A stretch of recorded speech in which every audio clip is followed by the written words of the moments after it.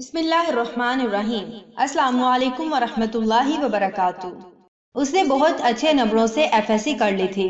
اس کی والدہ اپنی بیٹی سے نہایت خوش تھیں۔ اس کے والد کا انتقال اس کی پیدائش کے 7 سال بعد ہی ہو گیا تھا۔ تب سے لے کر اب تک اس کی والدہ لوگوں کے کپڑے سلائی کر کے گھر چلا رہی تھی۔ وہ دن رات کپڑے سلائی کرتی اور بیٹی کی پڑھائی کا خرچہ اٹھاتی۔ زوبیہ بھی اپنی امی کا کافی احساس کرتی تھی، ان کا گھر کے کام میں ہاتھ بٹاتی۔ اب اس نے BSc میں داخلہ لے لیا تھا۔ کالج میں اس کی دوست فائزہ ہمیشہ ناول پڑھتی رہتی اور وہ اسے ہمیشہ ٹوکتی کہ تم اپنا وقت ضائع کرتی ہو۔ زوبیہ خود سارا دن کتابی کیڑا بنی رہتی۔ اس کی کوشش ہوتی کہ کالج سے ہی سبق یاد کر جائے تاکہ گھر جا کر اماں کا ہاتھ بٹا سکے۔ ایک دن گھر کے حالات سے نہایت پریشان زوبیہ سیڑھیوں پہ بیٹھی گہری سوچ میں ڈوبی ہوئی تھی۔ فائزہ نے اسے دیکھا تو اس کے پاس آ کر بیٹھ گئی۔ اس سے یوں اداس ہونے کی وجہ پوچھنے لگی۔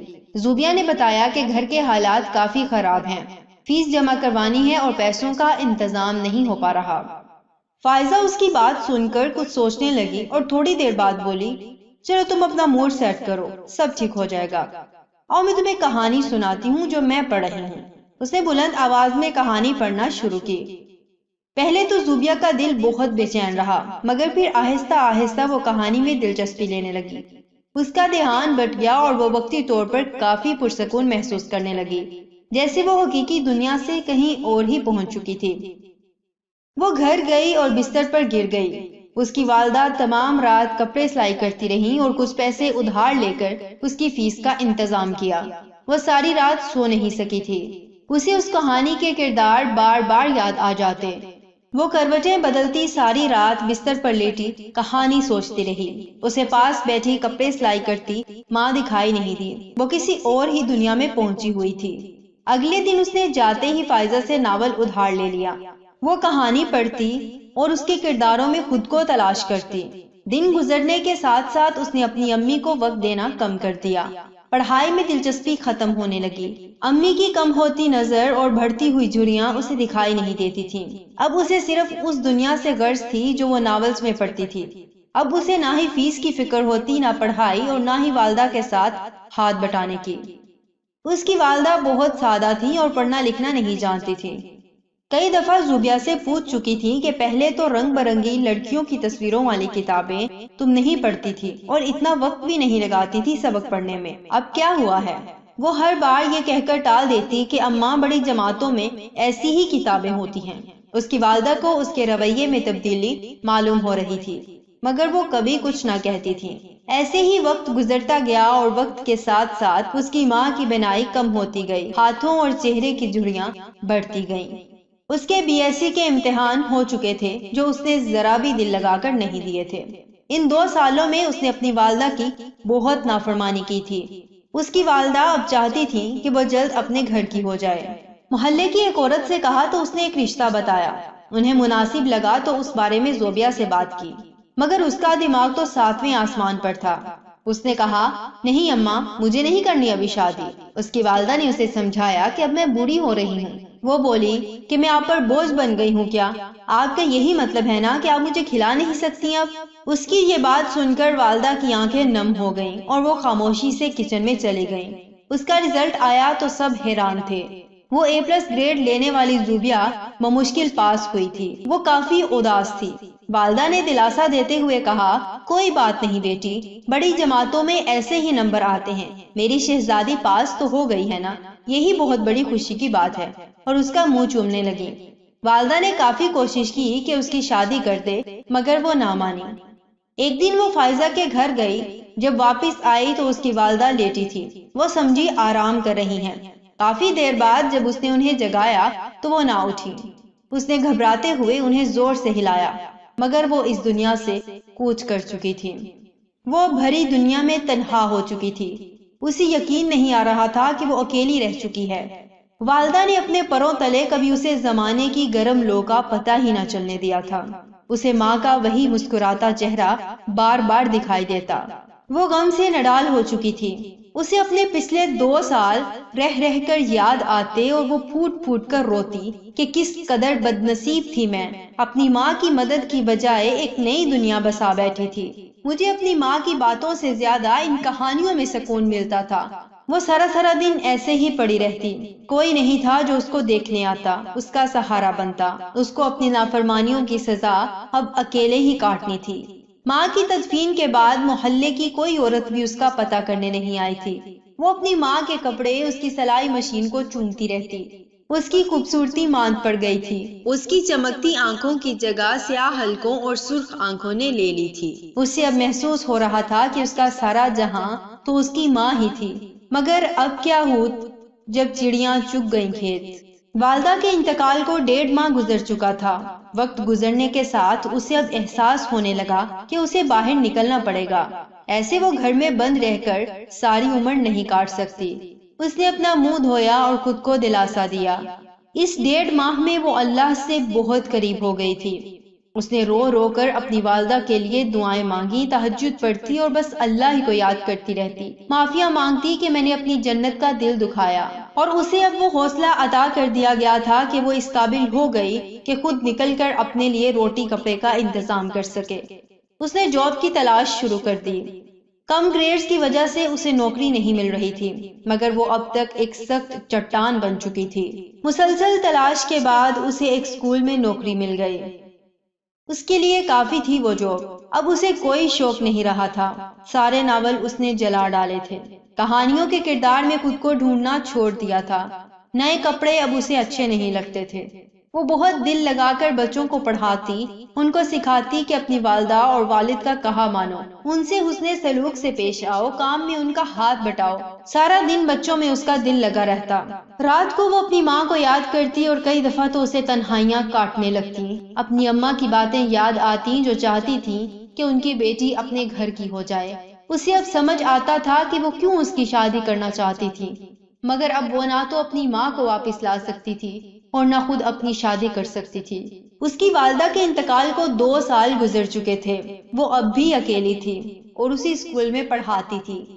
ایک دن اسکول سے واپسی پر وہ تیز تیز قدم بڑھاتی ہوئی چل رہی تھی کہ ایک بڑی سی گاڑی اس کے سامنے آ رکی۔ اس کے قدم وہیں جم گئے۔ پچھلے 2 سالوں میں وہ پتھر بن گئی تھی۔ اسے اب چھوٹی چھوٹی باتوں پر ڈر نہیں لگتا تھا۔ اس نے اپنا راستہ بدلنا چاہا، مگر گاڑی سے ایک نوجوان نکلا اور اس کے سامنے کھڑا ہو گیا۔ وہ کافی دنوں سے اس کا پیچھا کر رہا تھا۔ زوبیہ نے اپنی نظریں جھکائی ہوئی تھی اور خاموش کھڑی تھی، اس کے بولنے کا انتظار کر رہی تھی۔ کہاں جا رہی ہیں محترمہ؟ بتا ہی دیں، میں چھوڑ دوں گھر تک؟ وہ گھٹیا پن کا مظاہرہ کرتے ہوئے بولا۔ وہ دل میں بس اپنے اللہ سے مدد طلب کر رہی تھی اور ابھی بھی نظریں جھکائے خاموش کھڑی تھی۔ کچھ تو بولے پلیز، میں ایسا ویسا لڑکا نہیں ہوں۔ ازلان نام ہے میرا، اور آپ زوبیہ، رائٹ؟ سارا دن اتنی محنت کرتے ہیں آپ، تھک جاتی ہوں گی۔ مجھ سے دوستی کر لیں، سارا خرچہ میں آپ کا خود اٹھا لوں گا، بلکہ شاپنگ بھی کرواؤں گا، ہوٹلنگ بھی۔ اور وہ اپنا غصہ و مشکل ضبط کیے ہوئے تھی۔ اس نے اسے دھکا دیتے ہوئے اپنے قدم آگے بڑھائے اور تیزی سے دوڑنے لگی۔ پچھلے 2 سال میں نہ جانے اس نے کتنی دفعہ ایسی کئی باتیں سنی تھی، مگر آج تو حد ہی ہو چکی تھی۔ آج جو ہوا تھا وہ اس نے کبھی سوچا بھی نہ تھا۔ اس کو ایک بازاری عورت سمجھا گیا تھا۔ گھر آ کر وہ دھاڑے مار کر رونے لگی۔ وہ جانتی تھی کہ وہ آسانی سے اس کا پیچھا نہیں چھوڑے گا۔ اگلے دن وہ محتاط ہو کر چل رہی تھی۔ آج اس نے گاڑی دیکھتے ہی 15 پر کال ملا دی اور تیز قدموں سے چلنے لگی۔ وہ گاڑی سائڈ پر لگا کر دوڑتا ہوا اس کے سامنے آ کھڑا ہوا۔ جواب نہیں دیا آپ نے محترمہ؟ کیا قبول نہیں؟ تعلق عوض دولت۔ کال چل رہی تھی اور وہ تیزی سے اللہ المستعان اللہ المستعان پڑھ رہی تھی، یا اللہ مدد یا اللہ مدد۔ اسے آج یہاں سے جانا نہیں تھا، بلکہ اسے جیل بھجوانا تھا۔ وہ ایسے ہی کافی دیر کھڑا بکواس کرتا رہا اور وہ خاموشی سے نظریں جھکائے اس کی بکواس سنتی رہی۔ اتنے میں پولیس آ گئی۔ پولیس بلا لیا آپ نے؟ ہا ہا ہا ہا۔ وہ کہکا لگاتے ہوئے ہنسا، مگر اس کی کسی بات کا اثر اس پر نہیں ہوا تھا۔ پولیس نے اسے ڈالے میں بٹھایا اور چلی گئی۔ اگلے دن جب وہ اپنے گھر پہنچی تو دروازے کے سامنے اسے کھڑا پایا۔ وہ بالکل بھی حیران نہیں ہوئی تھی، کیونکہ وہ جانتی تھی کہ یہ باہر آ جائے گا۔ پیسہ بولتا بھی ہے اور پیسہ اداروں کو خریدتا بھی ہے۔ وہ آگے بڑھی مگر اس نے اس کا راستہ روک لیا۔ اب کیا کرو گی؟ چلو کھولو دروازہ، اندر بیٹھ کر بات کرتے ہیں۔ اب اسے معلوم ہو گیا تھا کہ اسے اپنی خاموشی توڑنی پڑے گی، مگر ابھی بھی وہ خاموش رہی۔ کیا ارادہ ہے پھر؟ چلیں اندر ہم، ویسے بھی شام ہو رہی ہے۔ وہ نہایت نرم لہجے میں بولی۔ ہاں اندر جائیں گے، فکر مت کریں آپ۔ ویسے تمہاری اتنی اچھی خصلتیں دیکھ کر معلوم تو یہ ہوتا ہے کہ تمہاری بہن نہیں ہے، لیکن اگر ہے نا تو اسے میرے پاس لانا، اس کی قیمت لگوا دوں گی۔ بہت زیادہ قیمت لگا دی تم نے میری، خسارے کا سودا نہیں کرنا چاہیے۔ اس کی یہ بات سن کر وہ شدید غصے سے بولا، میری بہن لاوارث نہیں ہے، زبان سنبھال کے بات کرو تم۔ اس نے سوالیہ انداز میں کہا، میں لاوارث ہوں؟ وہ وہاں مزید ایک سیکنڈ بنا ٹھہرا، گھر جا کر غصے سے اپنے کمرے کا دروازہ بند کیا اور زمین پر بیٹھ گیا۔ اس کے کانوں میں اس کے الفاظ گونج رہے تھے۔ کافی دیر وہ ایسے ہی بیٹھا رہا۔ اچانک اس کے کانوں میں ایک آواز آئی، بے شک اللہ صبر کرنے والوں کے ساتھ ہے۔ یہ آیت اس کے دل پر بہت شدت سے لگی تھی اور اسے اپنی غلطی کا احساس ہونے لگا۔ میں نے اسے لاوارث سمجھا، اس کے ساتھ تو اللہ ہے۔ کافی دیر وہ اس بارے میں سوچتا رہا۔ اسے اپنی غلطی کا احساس ہوا تھا، اپنی بہن کے بارے میں ایسی بات برداشت نہیں، اور ایک عزت دار شریف لڑکی کی عزت میں نیلام کرنے چلا تھا۔ اس کی آنکھیں بھر آئیں، پھر اس کے کانوں میں ایک اور قرآن کی آیت سنائی دی، اور ہرگز اللہ کو بے خبر نہ جاننا، ظالموں کے کام سے انہیں ڈھیل نہیں دے رہا ہے، مگر ایسے دن کے لیے جس میں آنکھیں کھلی کی کھلی رہ جائیں گی۔ یہ آیت اس کے سر پر ہتھوڑے کی طرح لگی تھی۔ اسے اپنا انجام برا دکھائی دے رہا تھا۔ اس کی والدہ نے قرآن کی تلاوت چلائی تھی، جس کی کچھ آیات اس کے کانوں میں پڑ رہی تھی۔ اس کی والدہ ایک نیک خاتون تھی، مگر ازلان کو باپ کے پیسے نے بہت بگاڑ دیا تھا۔ وہ اپنی ماں کا بہت نافرمان تھا۔ جیل سے بھی اس کو اس کی ماں ہی نے نکلوایا تھا۔ وہ گھر میں تلاوت چلایا کرتی تھی اور قرآن سنا کرتی۔ بیٹے کی محبت میں آج وہ رشوت دے چکی تھی۔ نہایت شرمندہ تھی وہ بھی اپنے آپ میں۔ ساری رات ایسے ہی گزر گئی۔ اگلی صبح جب وہ اسکول جانے کے لیے گھر سے نکلی تو ازلان کی والدہ کو سامنے پایا۔ وہ انہیں نہیں جانتی تھی۔ جی کون ہیں آپ؟ اس نے نہایت ادب سے پوچھا۔ بیٹا بیٹھ کر بات ہو سکتی ہے کیا؟ وہ سوالیہ انداز میں بولی۔ اس نے انہیں گھر میں داخل ہونے کا اشارہ کیا اور خود بھی اندر چلی گئی۔ ڈرائنگ روم میں پڑی ایک کرسی پر انہیں بیٹھنے کا کہا اور خود پاس پڑی چارپائی پر بیٹھ گئی۔ جی بتائیں کون ہیں آپ؟ مجھ ناچیز کو سائرہ کہتے ہیں، میں ازلان کی والدہ ہوں۔ یہ سنتے ہی اس کے چہرے کے تاثرات بدل گئے۔ آپ میرے گھر میں کیا کر رہی ہیں؟ بہتر ہوگا آپ یہاں سے چلی جائیں۔ مجھے اس شخص کا نام تو کیا؟ ازلان کی والدہ نے اس کی بات کاٹتے ہوئے کہا۔ میں سمجھ سکتی ہوں بیٹا، آپ کی ناراضگی جائز ہے، لیکن بیٹا… کیا بیٹا؟ آپ کا بیٹا دوسروں کی بیٹیوں کی قیمتیں لگاتا پھرتا ہے، اور آپ مجھے تو بیٹا مت بولے پلیز۔ چلی جائیں میرے گھر سے، خدا کا واسطہ ہے آپ کو۔ مجھ جیسی لاوارث کے گھر آپ کا کیا کام؟ وہ یہ کہتے ہوئے کھڑی ہو گئی تھی۔ آپ کے بیٹے کے نزدیک میں ایک بازاری لڑکی ہوں۔ آپ عزت دار لوگ ہیں، ایک بازاری لڑکی کے گھر کیا کرنے آئے ہیں؟ اور آپ ہی ہے نا وہ جس نے رشوت دے کر اسے جیل سے نکلوایا۔ جب جیل سے نکلوا لیا ہے تو میرے پاس کیا لینے آئی ہیں؟ وہ جیسے رو دی تھی۔ کچھ دیر سوچنے کے بعد سائرہ بولی، نافرمان اولاد ہے، کیا کروں؟ ماں ہوں، نہیں ہوا برداشت کہ رات جیل میں کاٹے۔ آپ سے معافی مانگنے آئی ہوں بیٹا، میں ایک مجبور ماں ہوں۔ میں اسے بہت سمجھاتی ہوں پر وہ میری کہاں سنتا ہے۔ وہ تو بس اپنی جوانی کے نشے میں ڈوبا ہوا ہے۔ جہالت چاہیے اس پر۔ مجھے معاف کر دو بیٹا۔ وہ ہاتھ جوڑتے ہوئے بولی۔ نافرمانی؟ وہ کچھ سوچتے ہوئے بولی، ایک وقت تھا جب میں اپنی ماں کی نافرمان اولاد ہوا کرتی تھی، اور اسی نافرمانی کی سزا میں آج تک جھلس رہی ہوں۔ روز مرتی ہوں، روز پھر جی اٹھتی ہوں۔ روز ماں کو یاد کرتی ہوں، کیسے سمجھاتی تھی وہ مجھے۔ میں نافرمان تھی اپنی ماں کی، میں نے دل دکھایا تھا ان کا۔ وہ دھاڑے مار مار کر رونے لگی۔ اللہ کو ناراض کر بیٹھی میں، اللہ کو ناراض کر بیٹھی میں۔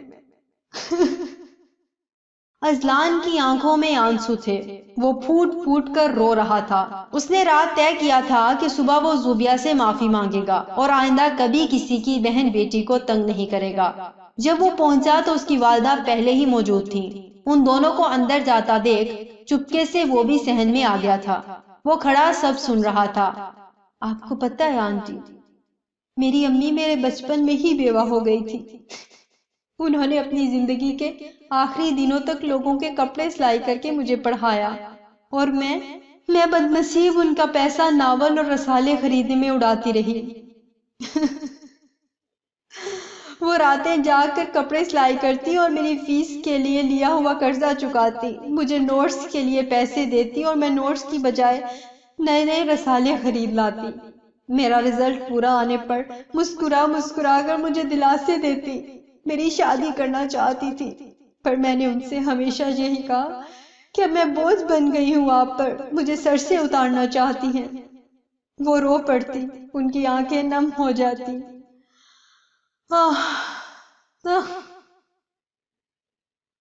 اس کی آواز دم توڑ گئی۔ وہ یوں چیخی جیسے اس کا ماضی اس کے سامنے کھڑا ہو۔ مارے صدمے کے وہ وہیں گر کر بے ہوش ہو گئی۔ جب اس کی آنکھ کھلی تو وہ ہاسپٹل میں تھی۔ اس کے پاس اذلان کی والدہ تھی، وہی اسے ہسپتال لے کر آئی تھی۔ اذلان صحن سے ہی لوٹ گیا تھا۔ زوبیہ کی آنکھیں ابھی بھی نم تھیں۔ اذلان کی والدہ نے زوبیہ کے سر پر شفقت سے ہاتھ پھیرا۔ تمہیں پتہ ہے، مائیں اور بیٹیاں سب کی سانجی ہوتی ہیں۔ تمہارے جتنی بیٹی ہے میری رائنا، بہت پیاری لگتی ہے مجھے۔ اسے دکھ میں دیکھوں نا تڑپ اٹھتی ہوں۔ یقین جانو آج تمہیں ایسے تڑپتے دیکھ کر ویسے ہی تڑپی ہوں میں۔ تم پریشان نہ ہو، مجھے اپنی ماں بنا لو۔ میں جانتی ہوں تمہاری والدہ بہت عظیم تھی، میں تو ان کے سامنے کچھ بھی نہیں، پر پلیز مجھے موقع دو۔ میں بہت اچھا لڑکا دیکھ کر تمہارا نکاح کروا دوں گی۔ جو کام تم نے اس ماں کو نہیں کرنے دیا وہ مجھے کرنے دو۔ اکیلے نہیں رہ سکو گی تم۔ ان کی آنکھوں سے آنسو ٹپک رہے تھے۔ وہ سوچ میں پڑ گئی، میری ماں کیوں چلی گئی مجھے چھوڑ کر؟ ان کے جانے کے بعد تو میں نہ زندوں میں ہوں نہ مردوں میں۔ وہ زاروں کی طرح رو رہی تھی۔ اذلان کی والدہ نے التجائی نظروں سے اسے دیکھتے ہوئے بولا، پلیز بنا لو مجھے ماں، تمہیں ماں چاہیے اور مجھے رائنا جیسی ایک اور بیٹی مل جائے گی۔ اذلان کی والدہ نے اپنا ہاتھ آگے بڑھایا۔ میری سزا ختم ہو گئی ہے کیا؟ کیا ماں نے مجھے معاف کر دیا؟ وہ تنہائیاں، وہ ساری ساری رات کا رونا ختم ہو گیا کیا؟ واقعی؟ وہ بے یقینی سے کہہ رہی تھی۔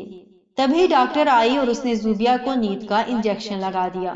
اذلان کی والدہ نے ڈاکٹر سے پوچھا کہ کتنا وقت لگے گا مینٹلی ریلیکس ہونے میں، تو انہوں نے بتایا کہ ابھی کچھ وقت لگے گا، آپ انتظار کریں۔ کیا بات ہے امی، زوبیہ کو کیا ہوا ہے؟ اذلان کال پر پوچھ رہا تھا۔ وہ حیران ہوتے ہوئے بولی، تمہیں کیسے پتا کہ زوبیہ؟ امی آپ یہیں رکے، میں ہاسپٹل میں آتا ہوں، وہاں بات کرتے ہیں۔ اس نے کال کاٹ دی تھی۔ وہ نہایت حیرانی میں مبتلا تھی، فون بیگ میں ڈالا اور ایک طرف پڑے صوفے میں بیٹھ گئی۔ امی مجھے معاف کر دیں۔ وہ دوڑتا ہوا کمرے میں داخل ہوا اور اپنی ماں کے قدموں میں بیٹھ گیا۔ اس کی والدہ حیران تھی کہ اسے کیا ہوا۔ امی میں نے بہت غلط کیا، امی آپ مجھے معاف کر دیں، میں نے دوسروں کی بہنوں بیٹیوں پر کیچڑ اچھالا، امی مجھے معاف کر دیں، میں آئندہ ایسا نہیں کروں گا۔ اس کی ماں نے اسے شفقت سے اٹھایا اور اپنے پاس بٹھا لیا، ماتھا چوما، آنسو پونجے۔ شکر ہے کہ میرے بچے کو اللہ نے ہدایت دی۔ امی اللہ مجھے معاف کر دیں گے نا؟ وہ بالکل بچوں کی طرح سوال پوچھ رہا تھا۔ میں ماں ہوں، میں نے معاف کر دیا، وہ تو 70 ماؤں جتنا پیار کرتا ہے، یہ کیسے ممکن ہے کہ اس کا بندہ اس سے سچے دل سے توبہ کرے اور وہ قبول نہ کرے؟ وہ مسکرائی تھی۔ بے شک اللہ توبہ کرنے والوں کو پسند کرتا ہے۔ اپنی والدہ کی بات سن کر وہ صوفے سے اٹھا اور سجدے میں گر گیا۔